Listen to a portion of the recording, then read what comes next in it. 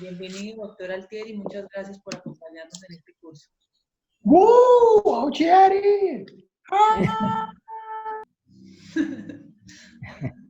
Bueno, muchas gracias Patricia y John, colegas de Conciencia Verde, a todas las personas, compañeros y compañeras que nos acompañan en este momento, para que podamos discutir un poco sobre las implicancias de la crisis de la agricultura industrial, sobre todo cómo se ha ido aumentando los efectos con el COVID-19 sobre la agricultura y la alimentación. Perfecto, doctor. Muchísimas gracias. Estamos escuchándolo fuerte y claro. Por favor, si nos colabora para compartir la pantalla y arrancar ya en firme con la presentación. Vamos a silenciar, por favor, todos los micrófonos y mientras el doctor va compartiendo la pantalla, que ustedes saben que esto a veces es un proceso bastante complejo, vamos a ir de nuevo mirando los saludos. Saludos desde Bucaramanga. Nos escriben acá Lady Janet. Muchos saludos también, Perdón, Lady Janet. John, ¿puedes Cuéntame. permitirnos compartir la pantalla? Porque tú como Perfecto. Dame un segundito y ya mismo lo son organizo. un... Mírate a ver si ahí se puede. Ya, ahora sí. Perfecto, muchas gracias, doctor. Perfecto. Perfecto, ahí se ve perfecto la pantalla, entonces vamos a silenciar los micrófonos. Doctor Altieri, adelante, muchísimas gracias. Bueno, muchas gracias. Bueno, amigos y amigas, todos sabemos que estamos enfrentando una crisis, pero hay varias crisis que están interrelacionadas. Y estas crisis vienen de mucho antes de la pandemia, ¿no? Una crisis económica, financiera, una crisis energética, una crisis alimentaria, una crisis ecológica de la cual el cambio climático es solo una de las manifestaciones, porque también hay problemas de extinción de especies, hay otros problemas ecológicos graves, y también una crisis de salud pública que se ha desnudado con el COVID-19. Bueno, no hemos entendido que estas crisis están todas interrelacionadas y cada vez que una se agrava, agrava a las otras.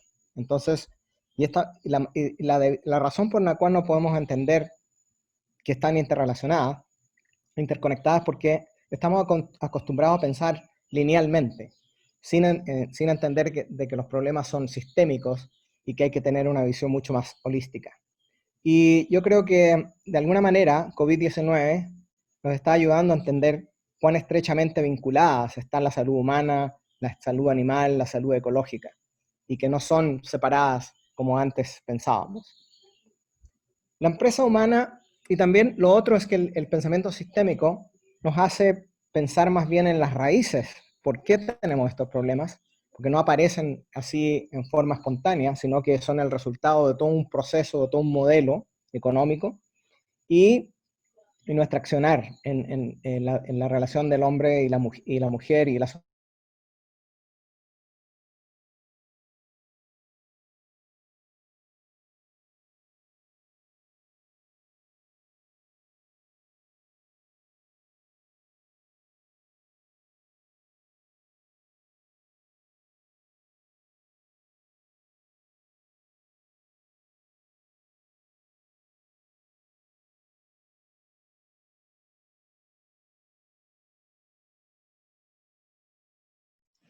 Aló, doctor Altieri, ¿nos escucha?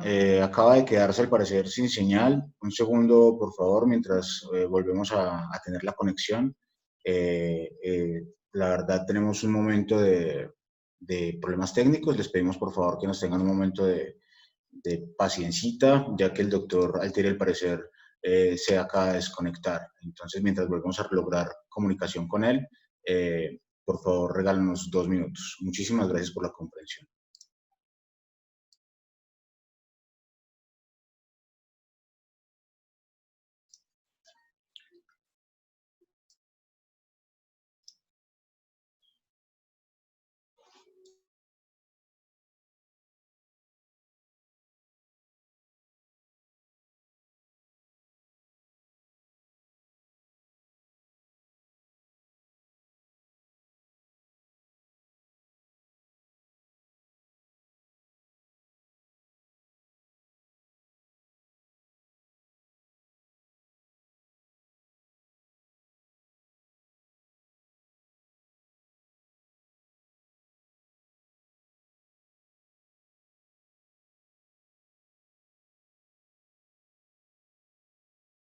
Bueno, de nuevo pedimos excusas, nos acaban de informar telefónicamente que justo en este momento al doctor se le cayó el internet, pero al parecer ya se está reconectando. Estamos esperando mientras vuelve e inicia su router, así que acá por este ladito vamos a ir llevando por lo menos la dinámica del grupo. Escuchamos efectivamente que no se escucha, están ahorita ellos desde su finca, que pues acá está en Colombia y ustedes saben que a veces es un poco complejo el tema de las conexiones a internet, más por esta época donde todos estamos como en confinamiento y las líneas cada vez fallan más. Entonces, por favor, de nuevo les pedimos disculpas y esperamos que el doctor Altieri pueda conectarse lo antes posible. Bueno, muchísimas gracias por los saludos desde Pamplona y a todos los paisanos, como nos llaman acá, norte santanderianos. Muchas gracias, José Luis Albarracín, por su saludo. Bueno, seguiremos acá esperando mientras el doctor se sigue conectando, así que les pido por favor 2 minutos y seguiremos en contacto. Creo que ahorita está otra vez en sala de espera para conectarse. Gracias.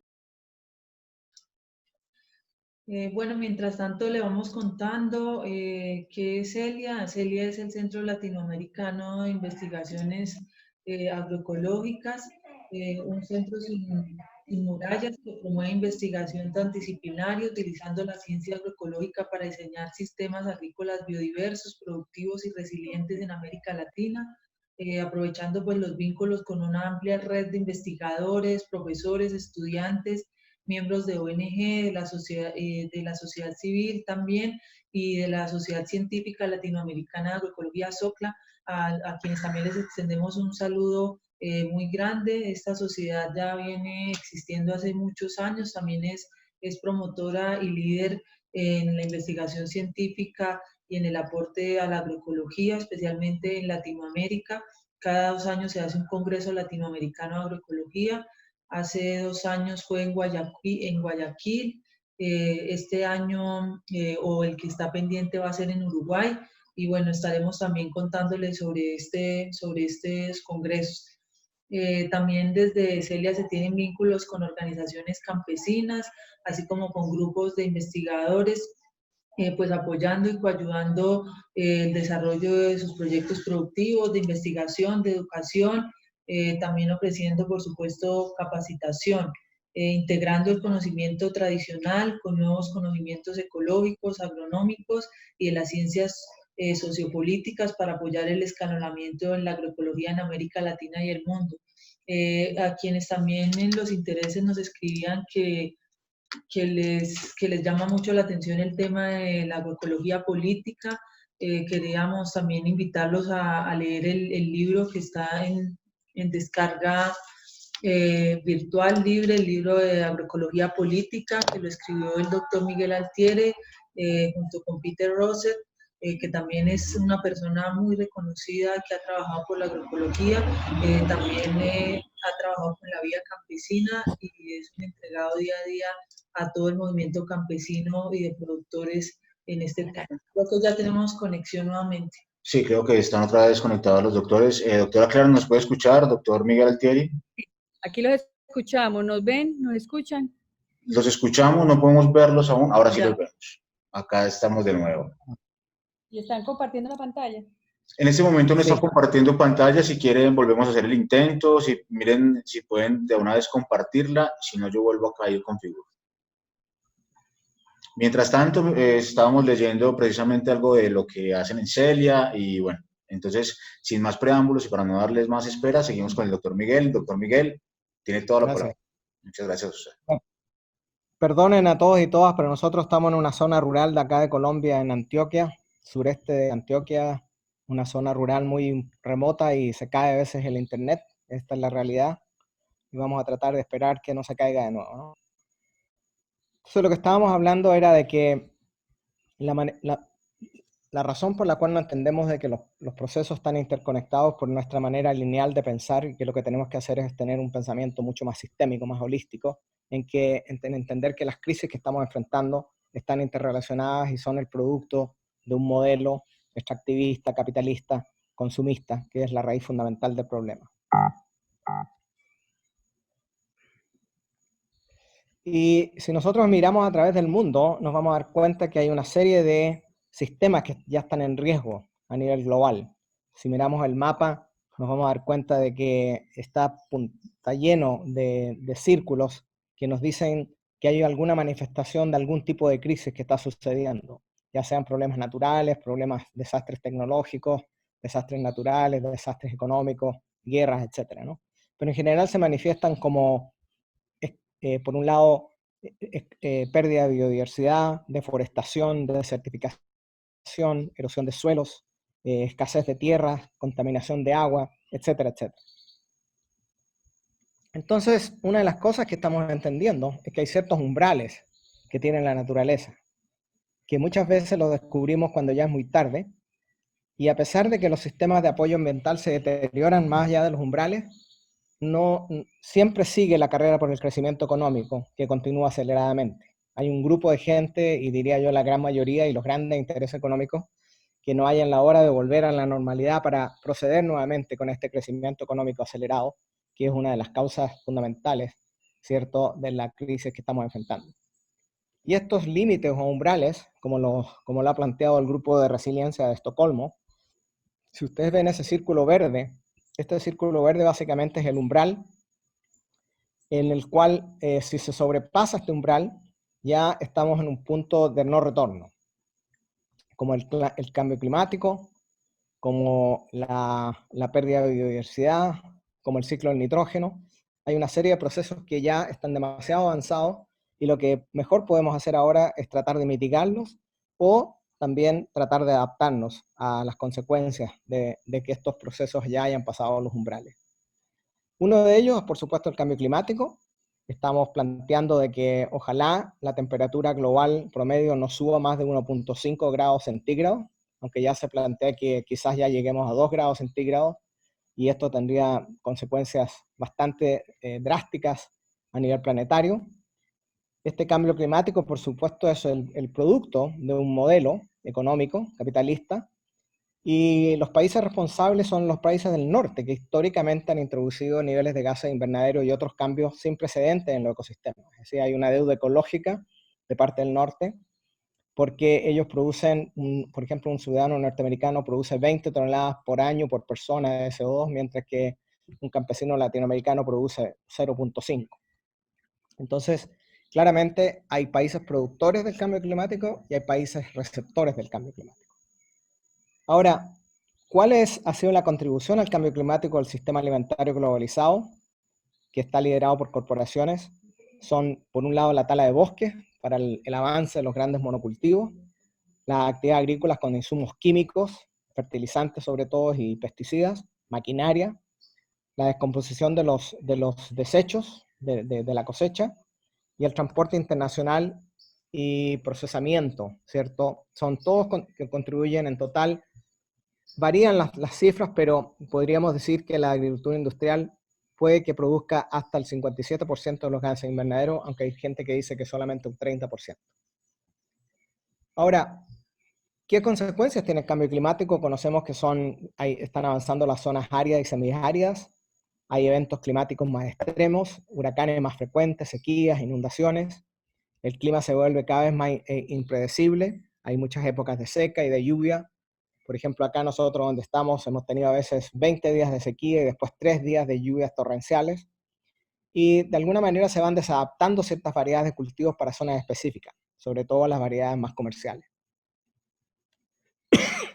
Lo que se plantea es que si la temperatura sube a un nivel de 3 grados, pasado el 1.5, que ya es el umbral que ha establecido el IPCC, la consecuencia sería que habría una disminución de los rendimientos de los cultivos como maíz, soya, arroz, trigo, sobre todo en escenarios de agricultura comercial, de monocultivos, y que esta caída en rendimientos produciría problemas de seguridad alimentaria, pero también se incrementarían los precios de los alimentos.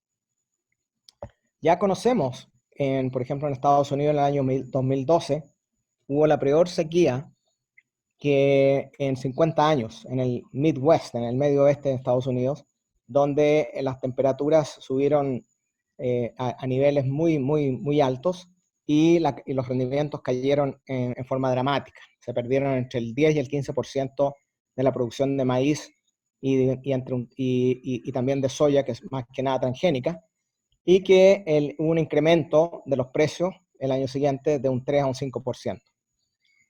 En California, hace poco tuvimos una sequía que terminó, bueno, no ha terminado todavía, pero en el 2014, durante 5 años, se manifestó muy fuertemente y más de 400.000 acres, o sea, como unas 200.000 hectáreas fueron abandonadas con una pérdida de ingresos de 1.5 billones de dólares. Y, por supuesto, el año pasado, y hemos sido todos testigos de los huracanes que han habido en el Caribe, sobre todo el impacto de María, por ejemplo, en Puerto Rico, pero otros huracanes que han afectado a Haití, que han afectado a Centroamérica, han afectado a Cuba, donde realmente ha habido una devastación casi total de los sectores de agricultura más comercial. Ahora, viene una nueva crisis, y esta crisis, a pesar que no tiene las dimensiones que tiene un huracán, en el sentido del impacto inmediato que uno siente, ha arrodillado los intereses más poderosos y ha detenido el mundo como nada podría hacerlo. O sea, a pesar de todas las advertencias que han hecho los científicos sobre el cambio climático, nunca ningún gobierno fue capaz de detener el tráfico de aviones, el tráfico de carros, cerrar ciudades, etcétera, como lo ha hecho la pandemia.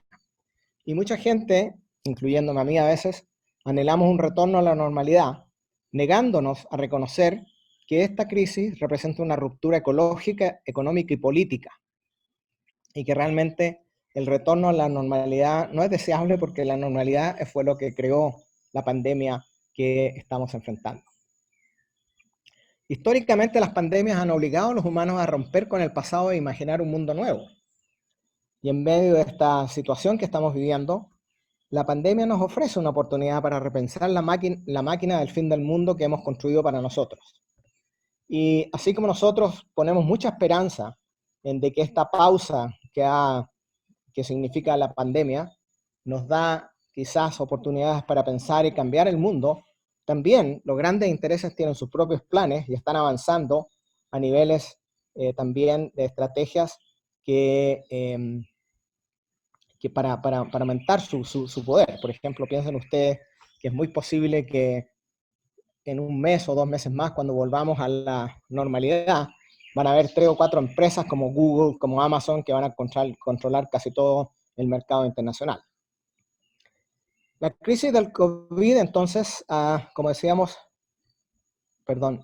entonces, a pesar de que existen en las últimas décadas una conciencia general sobre la magnitud real de los impactos de las actividades económicas humanas extractivistas e identificadas en la biosfera, como por ejemplo los cambios en la composición de la atmósfera impulsados por una economía de combustibles fósiles, la alteración de los ecosistemas con la consiguiente tasa acelerada de extinción de especies. A pesar de esto conocido, del valor de la biodiversidad y los servicios ecosistémicos sobre la calidad de la vida humana, el desarrollo tecnológico incontrolado, el crecimiento económico y el consumo prevalecen. Y como decíamos anteriormente, mucha gente quiere retornar al escenario consumista anterior de la pandemia. Entonces, la pandemia bien podría ser la punta del iceberg, como una especie de cascada de catástrofes que afectarán a la humanidad si persisten los patrones extractivos de consumo insaciable.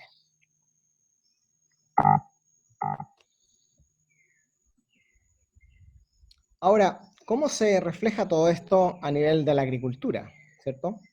Bueno, la agricultura no es otra cosa que la artificialización de la naturaleza.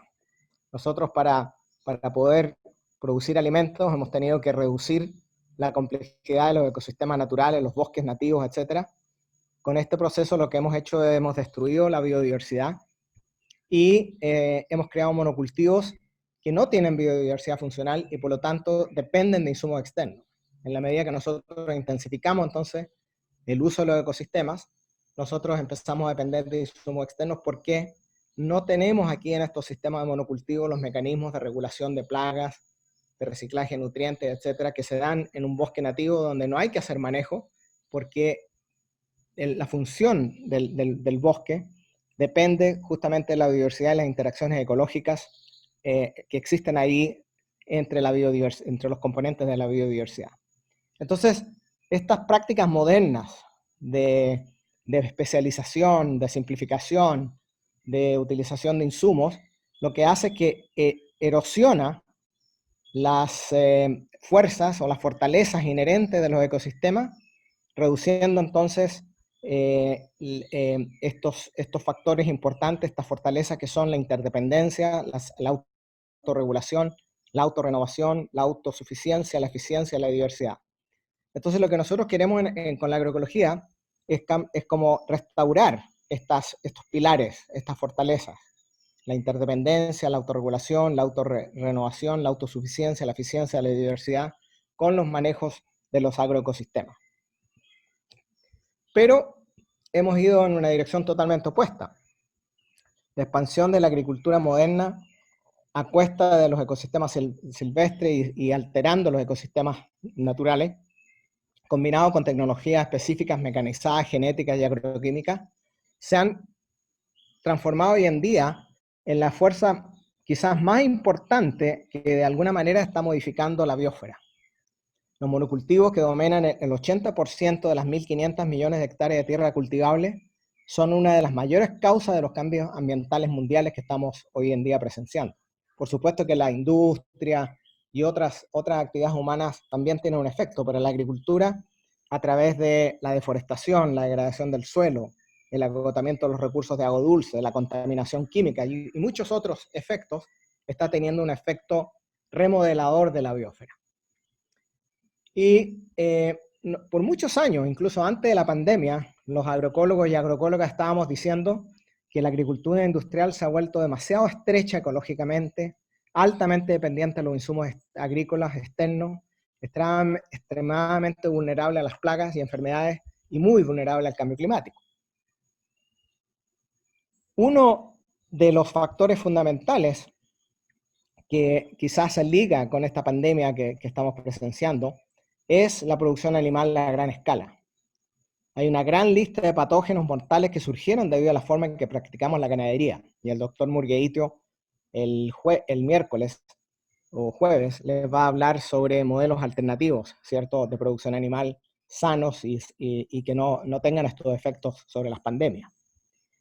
Las prácticas en estas operaciones industriales donde todos los animales están confinados y son genéticamente similares, no solo dejan a los animales más susceptibles a las infecciones virales, sino que también patrocinan las condiciones para que los patógenos puedan evolucionar a tipos más infecciosos. Esas son una especie de laboratorios en las cuales las mutaciones de estos patógenos se dan muy fuertemente.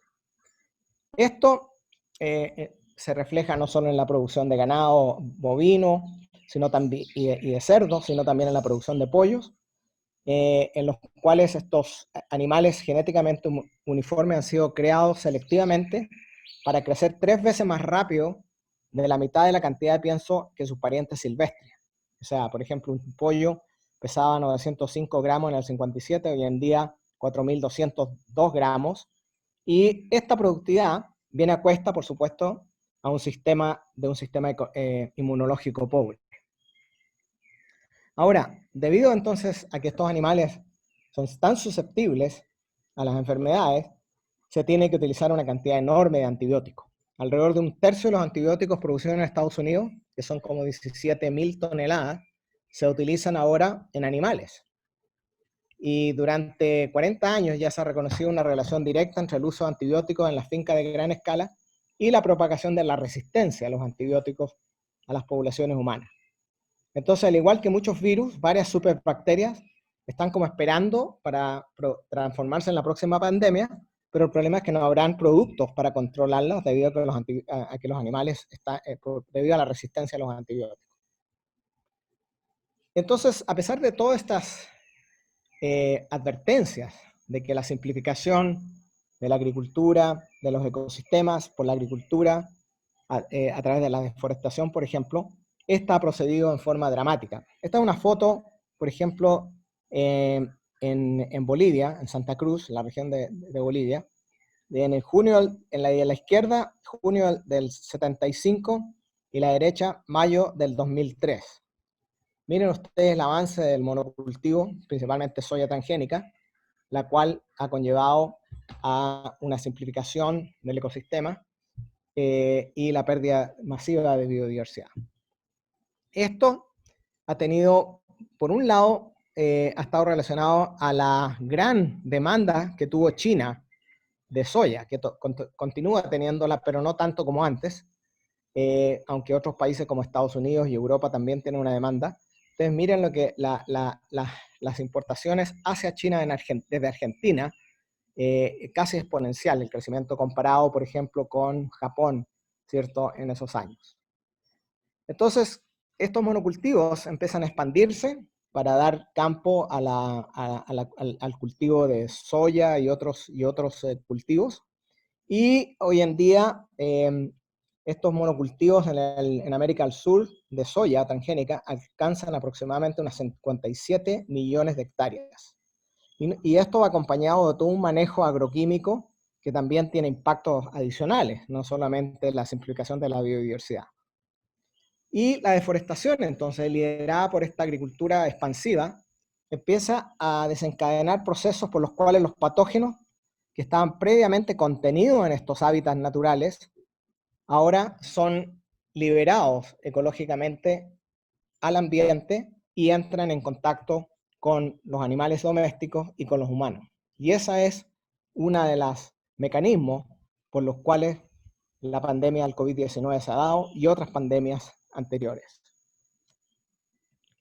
Entonces, a pesar de que nosotros como seres humanos nos podríamos alimentar de unas 250.000 especies de plantas, resulta que solo 3 cultivos, como el trigo, el arroz y el maíz, proporcionan más del 50% de la comida humana.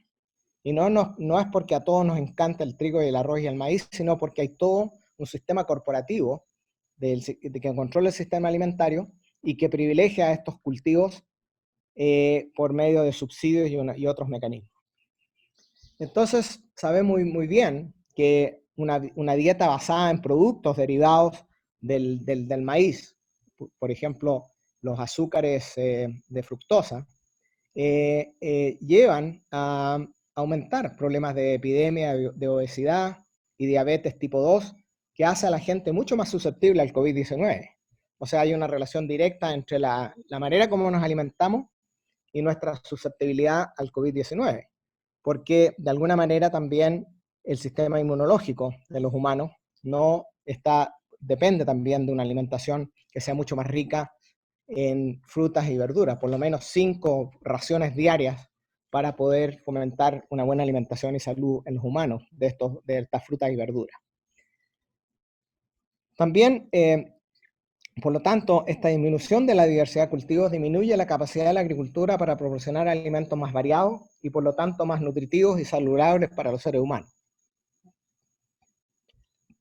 Por otro lado, tenemos la agricultura campesina, que sí mantiene sus cultivos tradicionales, sus variedades tradicionales, que proporcionan mayores equivalentes energéticos en comparación con las variedades mejoradas y contribuyen significativamente mucho más al suministro de vitaminas y minerales críticos, en particular cuando esta diversidad incluye además también hortalizas de hoja verde, incluidas las malezas, por ejemplo los quelites que llaman los campesinos, que son plantas como la verdolaga, el amaranthus, que también son comestibles. El consumo de estas plantas es esencial para mejorar la inmunidad de las personas. Pero estos sistemas están siendo cada vez más, están desapareciendo más, y uno de los objetivos de la agroecología es retornar a estos sistemas biodiversos. Aquí ustedes ven que en la medida que nosotros incrementamos la diversidad de especies, por supuesto que incrementamos la contribución nutricional, la diversidad nutricional, que lleva a una mayor diversidad dietética. Entonces, en la medida que tenemos más cultivos en un campo, tenemos un mayor output, ¿cierto?, nutricional. El 80%, como decíamos anteriormente, el 80% de las 1.5 billones de hectáreas de tierras cultivables en el mundo están dedicadas al monocultivo, y genéticamente esta agricultura moderna depende de un puñado de variedades para sus principales cultivos. O sea, no es que hayan maíz 20, 30 variedades, sino que son una o dos variedades que dominan los paisajes del mundo. Y los datos disponibles indican que en la actualidad la diversidad de cultivos por unidad de tierra cultivable sigue disminuyendo. Ahora, ¿cuáles son las consecuencias de tener una homogeneidad agrícola y la simplificación de los paisajes? Por un lado, el aumento del potencial de vulnerabilidad para pérdida de rendimiento debido a enfermedades y plagas de plantas. Es decir, se incrementan las posibilidades de epidemias de patógenos y plantas de patógenos y insectos plagas.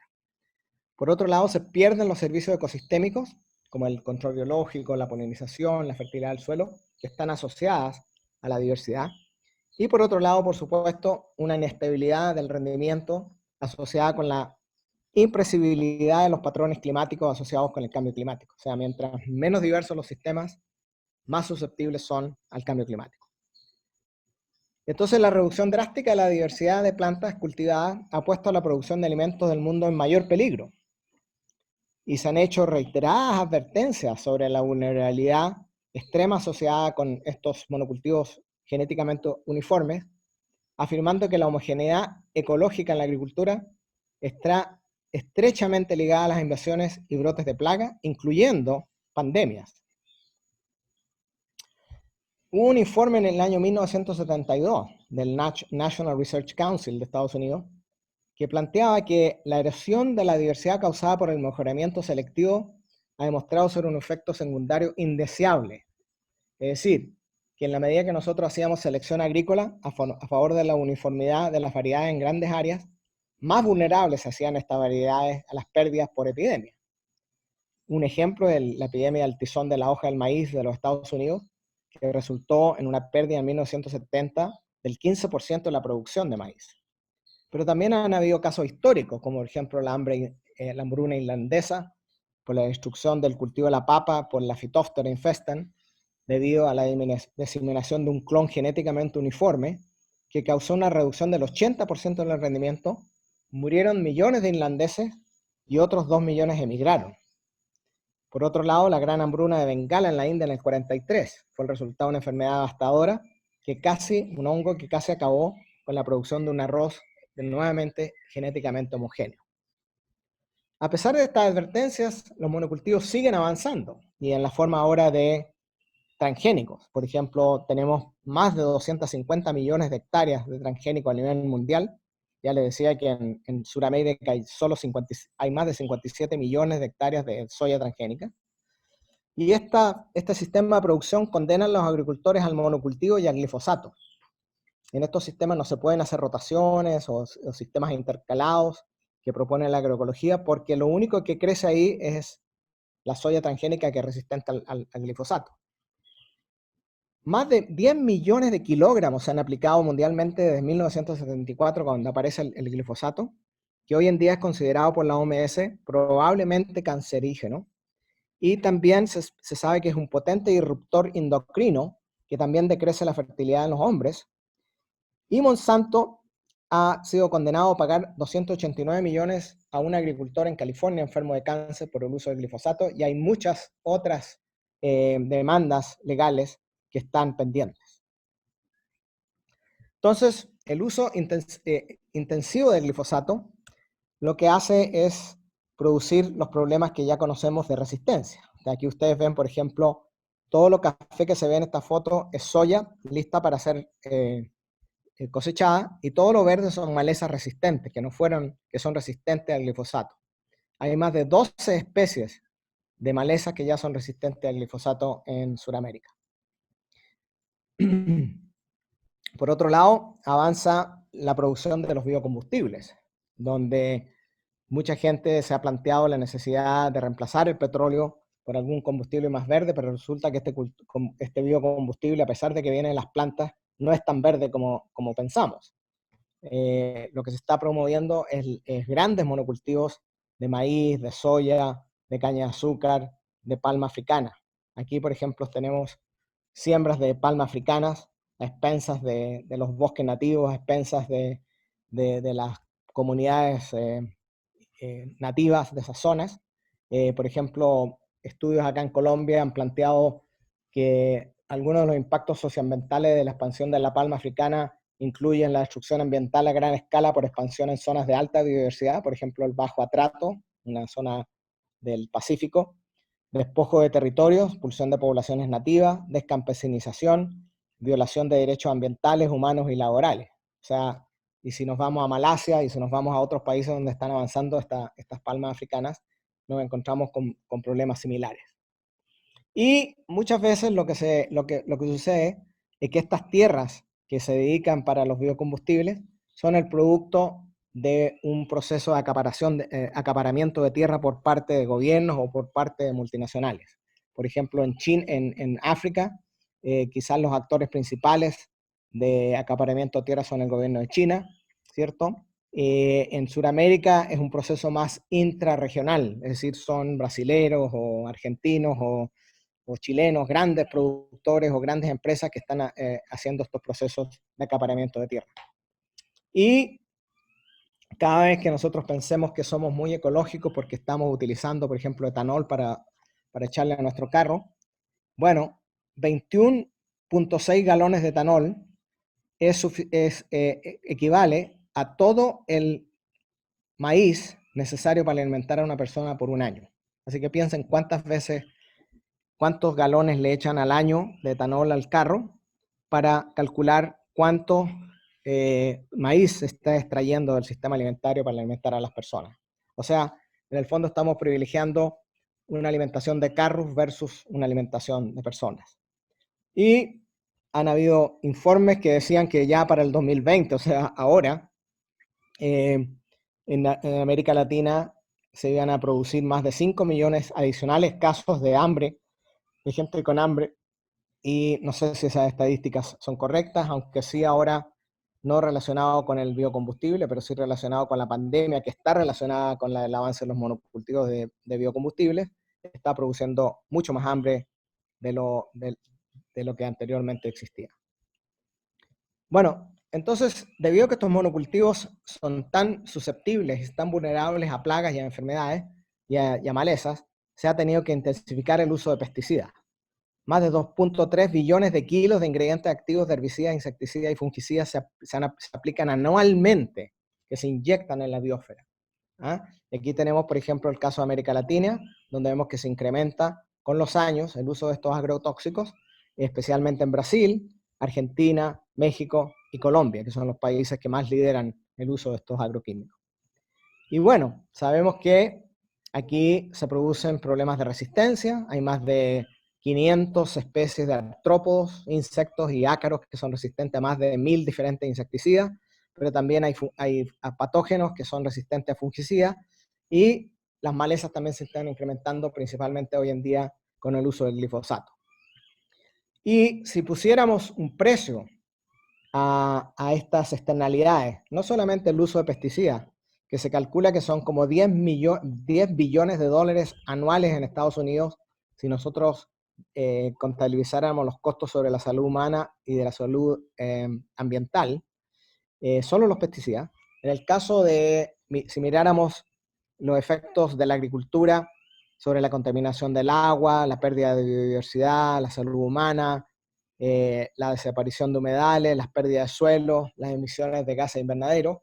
Bueno, en Inglaterra se ha calculado que son 208 libras esterlinas por hectárea de tierra. Estas son externalidades que no las internalizan ni las multinacionales ni los agricultores grandes que utilizan estos productos o que hacen esta agricultura, sino que la sociedad los paga en forma de enfermedades bacterianas o por pérdida de biodiversidad y servicios ecosistémicos, etc. Entonces, pero hay otra cosa interesante que relaciona a estos pesticidas con la actual pandemia, porque hay una evidencia experimental y epidemiológica que indica que muchos pesticidas que son de uso generalizado son inmunosupresores. Esto plantea un riesgo para la salud potencialmente grave en poblaciones altamente expuestas a enfermedades infecciosas y parasitarias como COVID-19, sobre todo en zonas donde hay trabajadores rurales o comunidades que son asperjadas por aviones que están cercanas a plantaciones de plátano o lo que sea, que crea entonces este vínculo, acelera este vínculo entre la alteración inmune inducida por los pesticidas y la prevalencia de enfermedades asociadas con alteraciones de la respuesta inmune. Bueno, hay gente que dice, bueno, pero los transgénicos sí pueden tener una función importante. Por ejemplo, podemos en forma, aplicando la biotecnología, crear plantas como por ejemplo el arroz dorado, que es un arroz que produce vitamina A. ¿Y por qué producir vitamina A? Porque resulta que en ciertas zonas de Asia hay muchos problemas de ceguera y relacionados con la visión por deficiencia de vitamina A. Entonces, ¿qué tal que si producimos un arroz que produzca betacaroteno, que es el precursor de la vitamina A? Porque recuerden que la vitamina A se produce en el hígado de las personas, ¿cierto? Entonces, lo que han hecho es creado un arroz de este tipo, le llaman el arroz dorado, y sin embargo, en los sistemas tradicionales, donde se producía arroz, y todavía se produce arroz en muchas partes del sureste de Asia, en la China, en Japón, donde hay terrazas milenarias, donde se produce arroz, diferentes variedades, de diferentes colores. También en las épocas secas se cultivan cultivos en rotación como soya, como vegetales, etc. Y también frutales que están rodeando, ¿cierto?, estos sistemas. Y estos sistemas son muy ricos también en peces, que son fuente de proteína, en patos, etcétera, etcétera. Bueno, estos sistemas han sido reducidos y simplificados dramáticamente por la Revolución Verde para producir este tipo de monocultivos, en los cuales si la gente solo come arroz y nada más que arroz, por supuesto que van a tener deficiencias no solo de vitamina A, sino de todo tipo de nutrientes y otras vitaminas. Ahora, resulta que en estos sistemas tradicionales, estas plantas que nosotros comúnmente llamamos maleza, pero que los agricultores las utilizan para la alimentación animal, para la alimentación humana, como también como plantas medicinales, resulta que estas plantas han sido eliminadas por la Revolución Verde, con los herbicidas de la Revolución Verde, en estos monocultivos que les hablaba anteriormente. ¿Y por qué esto es importante? Porque resulta que si nosotros miramos el contenido del arroz dorado en microgramos por gramo de beta-caroteno, o sea, tiene 1.6, dicen que ahora es 10.6, bueno, digamos 10 veces más, son 10.6 microgramos por gramo de peso fresco, mientras que una maleza de 2 esquelites podría tener hasta 444 gramos por peso fresco. En otras palabras, tengo que comerme 2 kilos de este arroz dorado, que no es blanco y que culturalmente la gente generalmente come arroz blanco, y sin embargo me podría comer unas 2 hojitas de esto y tener lo que lograría con 2 kilos de este arroz dorado. Entonces, aquí se plantean los paradigmas, ¿no? Uno, la simplificación de los ecosistemas, la dependencia de los agricultores de semillas que vienen de afuera, biotecnológicamente modificadas, o restaurar la biodiversidad de los sistemas para lograr entonces esa diversidad dietética, de esa diversidad nutricional que les hablaba anteriormente. Entonces, bueno, en resumen, 6 décadas de enormes olas de ciencia agrícola y desarrollo tecnológico no solucionaron el problema del hambre y la pobreza. Recuerden que todos los institutos de investigación agrícola en América Latina, los ICAS, etcétera, la FAO, las universidades, todos han estado al servicio de esta agricultura de Revolución Verde. Y a pesar de todas esas inyecciones de investigación y miles de dólares para entrenamiento de agricultores, etcétera, etcétera, no ha solucionado el problema del hambre y la pobreza, porque estos problemas son estructurales, van mucho más allá de un problema técnico. Y el costo social y ecológico de la Revolución Verde fue inmenso y supera todos los posibles beneficios. Hay gente que dice que sí hubo beneficios de la Revolución Verde, quizás hubo algunos, sin embargo, cuando lo colocamos todo en una balanza, el costo social y ecológico fue tan grande que supera los posibles beneficios de la Revolución Verde. Y lo otro, que también es importante reconocer, de que a pesar de que esta agricultura industrial ocupa el 80% de la tierra arable, usa el 70% del agua, usa el 80% de los combustibles fósiles que se usan en la agricultura, solamente producen el 30% de los alimentos que comemos como humanidad. ¿Por qué? Porque esta agricultura lo que le interesa es producir biomasa, no comida. Producir biomasa para ganado, biomasa para autos, biomasa para bioplásticos, etcétera, etcétera, ¿no? Los que realmente producen la comida que comemos son los pequeños agricultores, los campesinos y campesinas. Ahora, es necesario entonces hacer una transformación de esta agricultura y pasar a una agricultura que sea mucho más ambientalmente sana. Y se ha planteado, por ejemplo, la agricultura orgánica como un camino. Y aquí vemos cómo se está expandiendo la agricultura orgánica en América Latina, cómo ha crecido a través de los años, cómo se expande en área, cómo se expande en números de agricultores. Sin embargo, si miramos bien cómo se ha planteado la agricultura orgánica, cómo se manifiesta a nivel real, hay más de 49 millones de hectáreas certificadas, sin embargo, 80% de ellas son monocultivos manejados con sustitución de insumos. Es decir, lo que se hace es que se cambia el paquete tecnológico y en vez de utilizar los químicos de la agricultura de la revolución verde, se utilizan insumos biológicos, botánicos, microbiológicos, etcétera, que son aceptados por la agricultura orgánica, pero la estructura del monocultivo se mantiene. Por otro lado, esta agricultura orgánica, que se ha corporatizado incluso, no contribuye a la seguridad alimentaria porque más del 70% en la mayoría de los países se exporta. O sea, el café orgánico en Colombia se exporta, la uva orgánica en Chile se exporta, etcétera, etcétera. Muy poco queda para la población en general, y la que queda realmente no la pueden comprar la gente de menos ingresos, sino solamente ciertas élites. Entonces el movimiento orgánico ha contribuido a dos formas de suministro nacional de alimentos. Alimentos saludables para los ricos y alimentos no saludables para los pobres. Esto debido a que los alimentos orgánicos, por supuesto, son mucho más caros y los más pobres no tienen acceso a este tipo de alimentos sanos. Aquí vemos lo que yo decía de la sustitución de insumos. Tenemos un agricultor en California que está listo para plantar su monocultivo orgánico. Pide por internet que le traigan el compost porque no lo puede producir en su propia propiedad, porque no tiene animales, porque no tiene biomasa. Se aplica 10 toneladas por hectárea o lo que sea. Después se siembra la fruta, la fresa, la frutilla en monocultivo. Este sistema no se diferencia estructuralmente de un monocultivo convencional, por lo tanto son sistemas que son altamente susceptibles a plagas. Y aquí vemos cómo estos trabajadores rurales que eran campesinos en México están aplicando un producto, en este caso están liberando un predator, un ácaro predator que controla las arañitas, los ácaros, plagas, y lo hacen en forma semanal porque no han creado un hábitat para controlar, para que se reproduzcan estos insectos benéficos.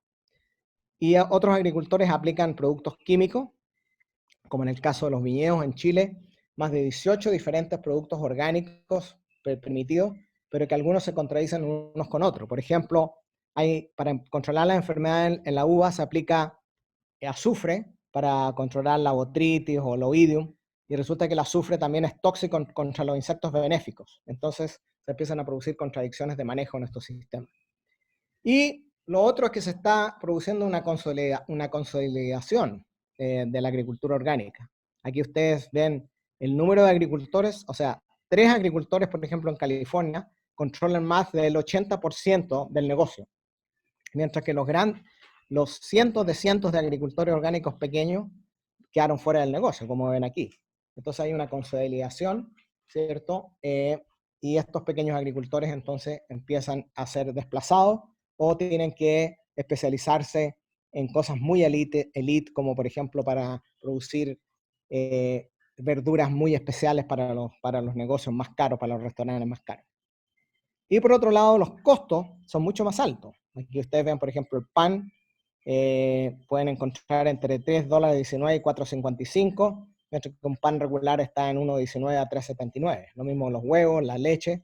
Entonces, lógicamente aquí se produce una estratificación económica y que la gente que tiene cierto nivel de ingreso puede consumir estos productos. Y como decía anteriormente, este es el caso de Chile, por ejemplo. el 70%, casi todos los productos orgánicos se van fuera, la mayoría a Estados Unidos, Europa, otros a Japón, y nada queda para el país. O sea, la contribución para la seguridad alimentaria es casi nula. Y en el caso de Chile, debido a esto, entonces, se tienen que importar maíz, trigo, sorgo, bananas y otros productos que, debido a que ya no se producen a nivel nacional. Entonces, estos monocultivos orgánicos de sustitución de insumos, claro que tienen ciertos efectos positivos sobre el ambiente, no tienen el impacto que tiene la agricultura convencional química, pero se podrían manejar de diferentes maneras. Se podría romper el monocultivo, por ejemplo, con corredores de flores que atraen insectos benéficos, como por ejemplo el caso de sírfidos para controlar pulgones, y para crear un control efectivo hay que calcular la distancia a la cual estos predatores viajan y así crear entonces una especie de red de flores, de corredores de flores para permitir que haya un manejo, un control biológico más uniforme en el campo. Bueno, ¿cuáles entonces han sido las consecuencias del COVID-19 en la agricultura y el acceso a los alimentos? Como decíamos, la agricultura industrial ha sido promovida principalmente a través de un proceso de apropiación de tierra que está acabando con los últimos bosques primarios y con las tierras de cultivo de pequeños agricultores en todo el mundo. Estas inversiones impulsan la deforestación y un desequilibrio ecológico que conduce a la aparición de enfermedades, no solo de plantas, sino también humanas. Sabemos que en el mundo hay más de 850 millones de personas que no tienen suficientes calorías para comer, o sea que están con hambre. Los niños principalmente son afectados. En Colombia la desnutrición es dramática y en muchas otras partes de América Latina, sobre todo de niños. Pero sin embargo el sistema alimentario mundial produce un 60% más de lo que el mundo necesita, pero cada día 40.000 personas mueren de hambre y malnutrición. O sea, estamos alarmados por la cantidad de gente que muere por COVID, pero esta muerte silenciosa que es el hambre, casi no la... Convivíamos con ella todos los días, pero la televisión no nos estaba bombardeando con información diciendo se murieron tantos de hambre hoy día, se murieron tantos de hambre hoy día. Y estoy seguro que Erich Hall Jiménez va a entrar en mucho más detalle a entender las raíces de este problema y por qué tenemos que conocer la ecología política, ¿cierto?, de la agricultura para entender las causas fundamentales del hambre, de la destrucción ambiental, etc. Bajo el escenario más extremo de una reducción de ingresos o consumo del 20%, y recuerden que hay países que ya están bordeando el 15% de desempleo, la cantidad de gente viviendo bajo pobreza podría incrementarse entre unas 420 a 580 millones de personas adicionales en el mundo, lo que por supuesto conllevaría mucho más hambre. Pero hay una paradoja porque resulta que al mismo tiempo se está botando alimentos. Esto antes de la pandemia ya se botaban aproximadamente 1.300 millones de toneladas. En Estados Unidos el 30% de todos los alimentos valorados en unos 48.300 millones de dólares se desechan cada año. Un norteamericano bota aproximadamente 115 kilos de comida por año, ¿cierto? Pero con el COVID nos hemos dado cuenta de que una gran cantidad de comida, casi el 40% de la comida, se está desechando, se está botando. Hay agricultores que no pueden vender sus verduras, sus frutas ni la leche. ¿Por qué? Porque la demanda de alimentos que ellos producían no era para alimentar gente pobre, sino para los restaurantes, los hoteles, las escuelas, los estadios, los parques temáticos, los cruceros, las líneas aéreas, las líneas aéreas, etcétera, que ahora están cerradas, por lo tanto se ha desplomado esta demanda. Entonces es interesante ver de que muchos de los alimentos que se producían en el mundo eran para atender a esta gente que sale a consumir en restaurantes, hoteles, etcétera, eventos, etcétera. Ahora, ¿qué está sucediendo? Que a nivel mundial se está produciendo un cambio demográfico importante en el cual se calcula que en el año 2030 más del 67 o 68% de la población humana va a vivir en ciudades, no en las zonas rurales. Hay un gran éxodo de la gente del campo hacia las ciudades. Y esto tiene una serie de implicancias porque van a empezar a aumentar las ciudades las megaciudades con más de 10 millones de habitantes, y resulta que cada ciudad de 10 millones de habitantes tiene que importar 6.000 toneladas de alimentos por día, que tiene que viajar en promedio unos 1.000 kilómetros. Imagínense ustedes lo que significa eso desde el punto de vista energético, desde el punto de vista de gases invernadero. Ahora, en la mayoría de los países, las restricciones a los viajes, el comercio, el cierre de ciudad entera, han limitado entonces la entrada de estos alimentos importados, que pueden venir importados de otras partes del mismo país, con consecuencias devastadoras en el acceso a los pobres a las comidas.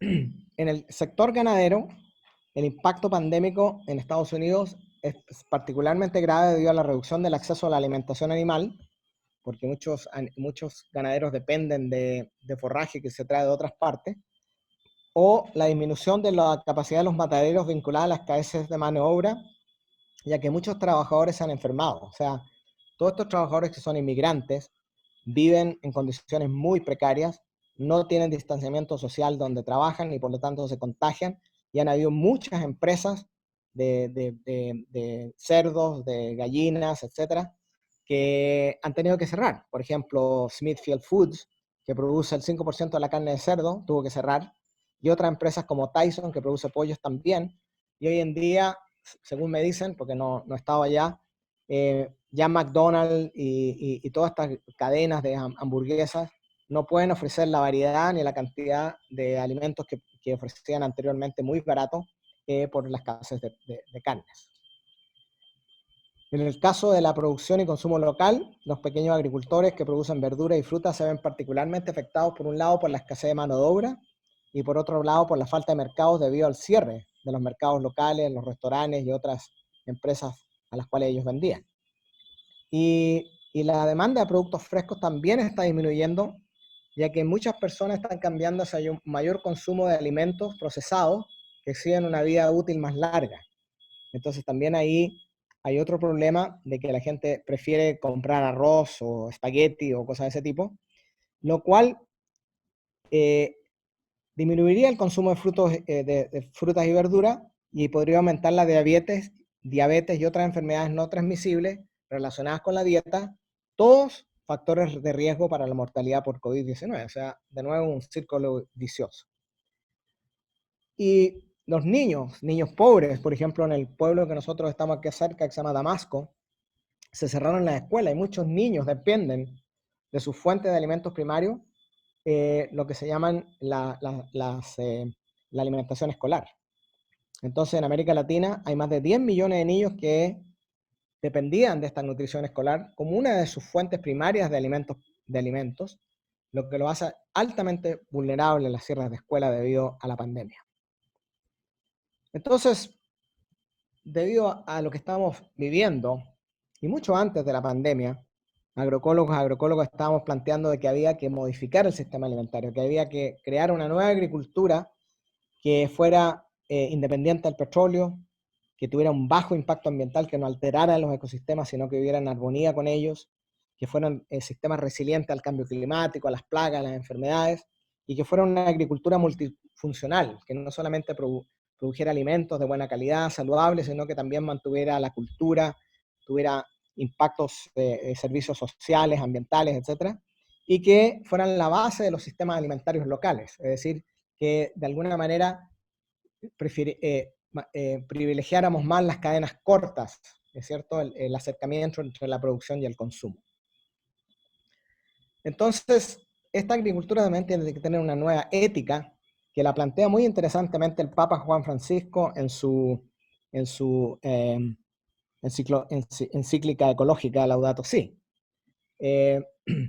Primero, el nuevo paradigma requiere un enfoque agroecológico, pero debe integrar una perspectiva social que tome en cuenta los derechos de los pobres o el derecho universal al alimento de toda la gente, como un derecho fundamental, un derecho humano.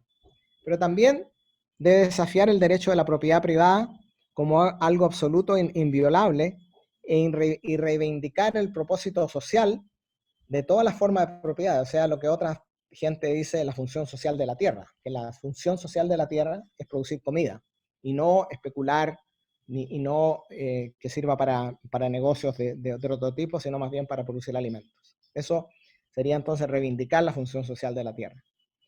Y la agricultura que estamos buscando es una agricultura que sea diversa, que sea productiva y que tenga una alta eficiencia, la cual resulta del uso de pocos recursos externos, insumos externos, tiene una alta tasa de reciclaje debido a que hay un alto nivel de integración entre la biodiversidad agrícola, animal y vegetal en el sistema. Entonces la agroecología surge como este paradigma, pero es el resultado de un diálogo de saberes, porque no solamente se alimenta de las ciencias sociales, de las ciencias ecológicas, las ciencias agronómicas, que nos enseñan en las universidades del oeste, sino que también del conocimiento tradicional, milenario, de los indígenas, de los campesinos, campesinas que vienen a América Latina, donde tenemos zonas de agricultura milenaria, como los Andes, como Mesoamérica, como el trópico, etc. De lo que surge de este diálogo son unos principios que toman formas tecnológicas específicas. O sea, la agroecología no es una serie de recomendaciones ni prácticas, sino que son principios que toman una forma ecológica fundamental en su manejo, forma tecnológica específica, de acuerdo a las circunstancias ambientales, sociales, culturales, económicas de cada contexto. Entonces, tenemos los principios, de esos principios se dividen en unas prácticas, esas prácticas entonces conllevan a ciertos procesos ecológicos, como la regulación ecológica de plagas, la acumulación de materia orgánica, el reciclaje de nutrientes, y para saber si estamos aplicando los principios agroecológicos en forma optimizada o no, se utilizan indicadores, los cuales nos permiten entonces modificar el manejo y el diseño de los agroecosistemas para que realmente estos principios agroecológicos se manifiesten. Ese tema, por supuesto, lo va a tocar en mucho más detalle mañana mi colega y esposa Clara Nichols. Entonces, la agroecología es una ciencia transformadora, no es una ciencia reformadora, que plantea una estrategia técnica, pero también política, para cambiar el modelo alimentario industrial, para cambiarlo por uno más justo, por uno más ecológico, por uno más diverso, por uno más resiliente. Y por lo tanto es una estrategia para transformar radicalmente la forma en que producimos y consumimos alimentos, al tiempo que contribuimos al bienestar económico-social, la justicia social y la creación de sistemas alimentarios equitativos y saludables.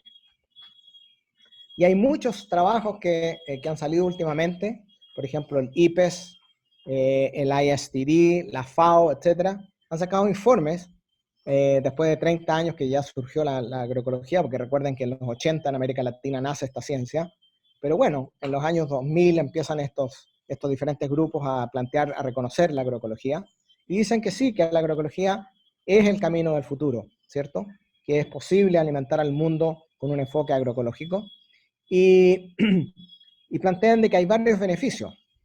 Al cultivar una diversidad de cultivos adaptados localmente, se cubre una gama de necesidades nutricionales a nivel familiar y de la comunidad, se reducen los riesgos de la variabilidad en el clima y también se reduce la dependencia de insumos externos costosos. Entonces la agroecología reduce los costos de producción y las deudas de los agricultores, aumentando su autonomía y control sobre sus territorios y medios de producción. Entonces hay muchos beneficios que tiene la agroecología.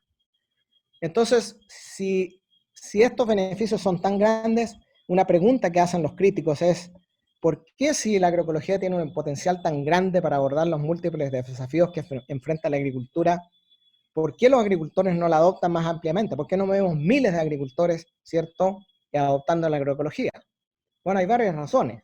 Una es que hay una serie de mitos sobre la agroecología que se reproducen en forma diaria en las universidades, en las facultades de agronomía, de veterinaria, en los centros de investigación, en el media, etcétera, que plantea que la agroecología se opone a la ciencia y la innovación, que la agroecología no se puede ampliar, que la agroecología es solamente para la subsistencia de los pequeños agricultores, que no es compatible con los mercados, que de bajo rendimiento, que no puede alimentar al mundo, etcétera, etcétera. Hay una serie de mitos contra la agroecología que de alguna manera impiden, ¿cierto?, de que esto logre una visibilidad y una adopción mayor.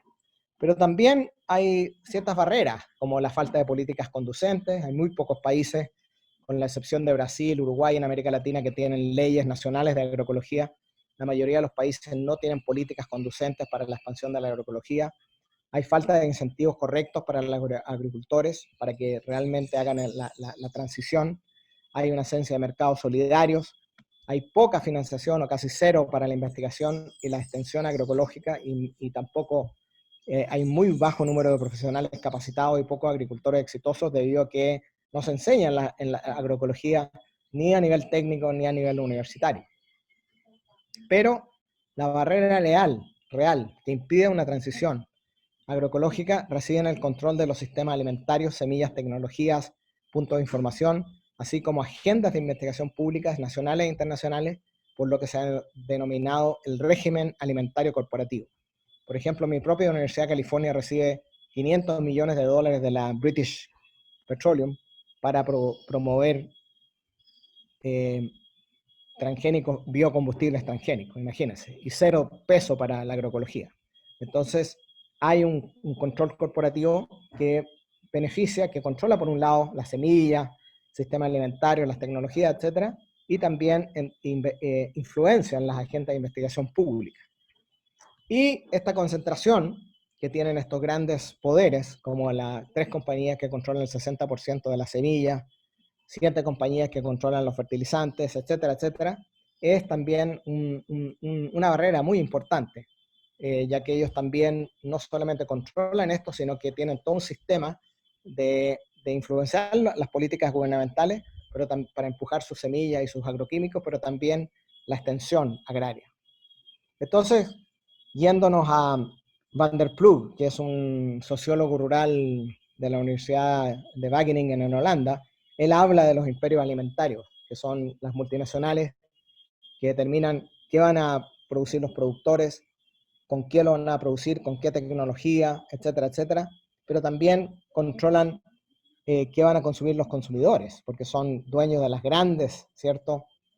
Supply chains, cadenas de suministro, como los grandes supermercados, que determinan qué van a comer los agricultores, los consumidores, cuánto va a costar su comida, el precio, ¿cierto? Entonces tienen estrangulado el sistema alimentario y ahí el desafío que tenemos de crear una especie de sistema alternativo alimentario que después discutiremos más tarde en el curso. Entonces, ¿cuál es el desafío de las próximas décadas? ¿Debemos aumentar la producción? Sí, yo creo que sí, pero no como una condición suficiente, sino necesaria solamente, porque el hambre y estos problemas de inseguridad alimentaria también son políticos, estructurales. Tenemos que aumentar entonces esta producción de alimentos de forma sustentable para el año 2050, pero tendremos menor tierra agrícola porque muchas se está desviando del uso agrícola, otras se está degradando. Va a haber dentro de un escenario de menor agua, un escenario de cambio climático, crisis financiera, por supuesto, revueltas sociales crecientes, como lo estamos viendo en este momento en Estados Unidos y otros países, en Chile también. Entonces, lo que plantea la agroecología es que esto no es posible lograr estos objetivos con el modelo agrícola industrial y sus nuevas derivaciones biotecnológicas, sino que lo necesitamos el nuevo paradigma de la agroecología. Y esta agroecología, entonces, lo que quiere crear es un sistema alternativo, alimentario, transformado radicalmente, que promueva la democratización del sistema alimentario, la equidad social, que sea sostenible ecológicamente, que haga que vibren nuevamente las economías locales, porque hay cadenas cortas entre productores y consumidores, promueva la salud y que sea culturalmente apropiado. Entonces, ya para terminar, el COVID-19 ha desnudado la fragilidad social ecológica del sistema alimentario industrial global. Los efectos de la pandemia en la agricultura y en las cadenas alimentarias ya se manifiestan sobre la producción, en el empleo rural, en el acceso de la gente a los alimentos, el alza de los precios de los alimentos y la especulación. Una transición a sistema alimentario socialmente equitativo, resiliente y locales es urgente. Y en la agroecología entonces tiene el potencial, como ciencia transformadora, al servicio de los movimientos sociales emancipadores, comprometidas con una transición radical del sistema alimentario convencional, toma hoy en día una importancia estratégica, dado que tenemos que es privilegiar las cadenas cortas de abastecimiento, las cadenas de la red campesina. Entonces la agroecología, en mi opinión, ofrece la única alternativa agrícola capaz de enfrentar los desafíos del futuro, plagas, pandemias, cambio climático, crisis económica, al exhibir diversidad y resiliencia mientras presta servicios ecosistémicos. Bueno, muchas gracias, esa sería mi presentación y ahora los coordinadores abren a preguntas y a discusión.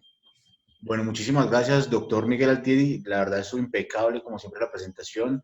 Muy, muy informativa y de verdad muy explícita digamos, para todos los niveles, ya que la audiencia de hoy, si bien hay personas que llevan muchísimos años trabajando en la agroecología, pues también dentro de las becas que sorteamos, también hay campesinos y estudiantes que apenas están arrancando en este mundo. Así que era muy importante un acercamiento tan preciso y tan idóneo como el que acaba de hacer. Así que muchísimas gracias, doctor Miguel Altieri. Entonces, que estén muy bien y muchos saludos a todos. Feliz noche. Chao, gracias. Muchas gracias. Muchas gracias. Saludos de los gatos también que estuvieron metidos en toda la conversación. Disculpas por eso. Muchas gracias a todos. La Universidad Nacional de Colombia, a Panamá, por allá, a César, que también nos ve por allá de Panamá, Argentina, Puerto Rico. Gracias, Juan Camilo, por estar conectado. Abrazo a todos. Lorena Sánchez, hasta luego. Muy bien, César.